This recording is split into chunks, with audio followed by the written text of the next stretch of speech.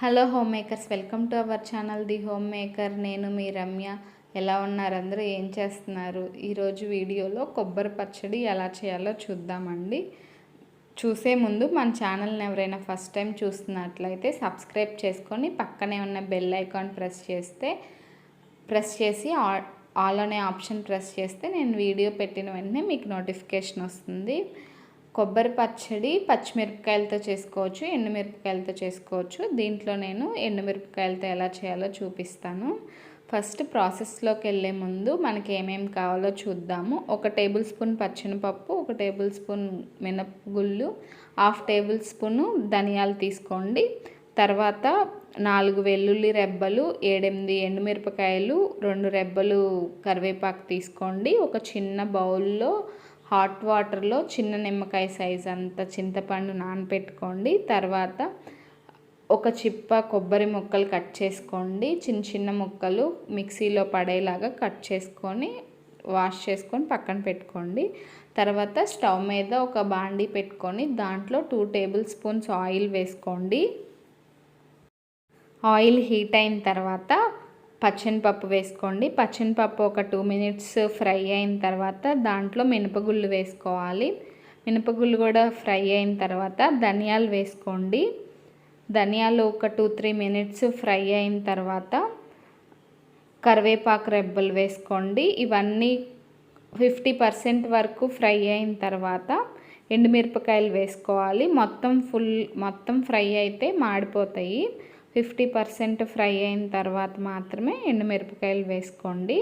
ఎండుమిరపకాయలు తర్వాత మాడకుండా బాగా తిప్పుకుంటూ వేసుకోండి. ఈ ఎండుమిరపకాయలు అన్నీ ఫ్రై అయిన తర్వాత మనం కట్ చేసి పెట్టుకున్న కొబ్బరి ముక్కలు వేసుకోవాలి. చూసారు కదా, ఇలా ఈ కలర్లో కొంచెం కలర్ చేంజ్ అయితే చాలు. తర్వాత లాస్ట్కి మొత్తం చేంజ్ అయిపోయింది. దీంట్లో మనం ఇప్పుడు కొబ్బరి ముక్కలు వేసుకుందాము. ఈ కొబ్బరి ముక్కలన్నీ బాగా ఫ్రై అయ్యే వరకు ఫ్రై చేసుకోవాలండి. మధ్య మధ్యలో తిప్పుకుంటూ కొబ్బరి ముక్కలు కొంచెం రెడ్గా వచ్చే వరకు ఫ్రై చేసుకోండి. తర్వాత దీంట్లో ఇందాక మనం వెల్లుల్లి రెబ్బలు తీసుకున్నాం కదా, ఆ వెల్లుల్లి రెబ్బలు వేసేసుకోండి 4. అవి కూడా ఒక 2 మినిట్స్ ఫ్రై చేసేసేయండి. ఇదిగో ఇలా కొబ్బరి ఇలా ఈ కలర్ రావాలి. దీన్ని చల్లారబెట్టి ఒక మిక్సీ జార్లోకి తీసుకోండి. ఇప్పుడు దీంట్లో రుచికి సరిపడా సాల్ట్ వేసుకొని ఫస్ట్ పొడిగా మిక్సీ పట్టుకుందాము. ఫస్ట్ వాటరు చింతపండు ఏమీ వేయకుండా ఇలా మిక్సీ పట్టేసుకోండి.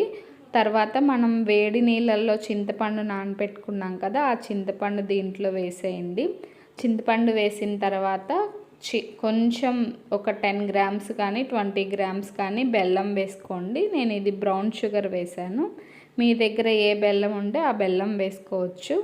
తర్వాత ఇలా ఈ కన్సిస్టెన్సీ వచ్చే వరకు మీరు మిక్సీ పట్టేసుకోండి. మీకు కావాలి అంటే హాట్ వాటర్ మిక్స్ చేసుకోవచ్చు. హాట్ వాటర్ మిక్స్ చేస్తే పచ్చడి నిల్వ ఉంటుంది.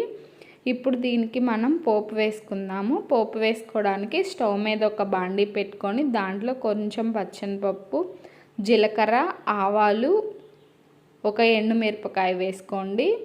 తర్వాత 4 వెల్లుల్లి రెబ్బలు కూడా దంచి వేసుకోండి. ఇవన్నీ ఫ్రై అయిన తర్వాత 2 కరివేపాకు రెమ్మలు వేసుకోండి.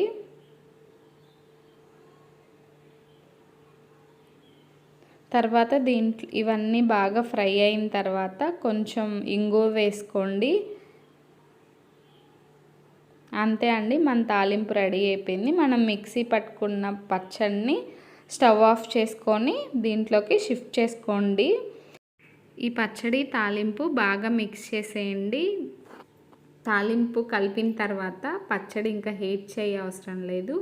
ఈ పచ్చడి ఇంకా డిష్ అవుట్ చేసుకొని వేడివేడి అన్నంలో తింటే చాలా బాగుంటుంది.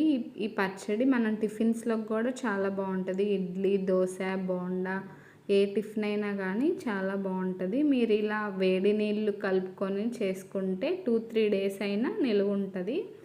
ఫ్రిడ్జ్లో అయినా పెట్టుకోవచ్చు, విడిగా అయినా హాట్ వాటర్ కాకుండా నార్మల్ వాటర్ కలిపితే ఇది నిల్వ ఉండదండి.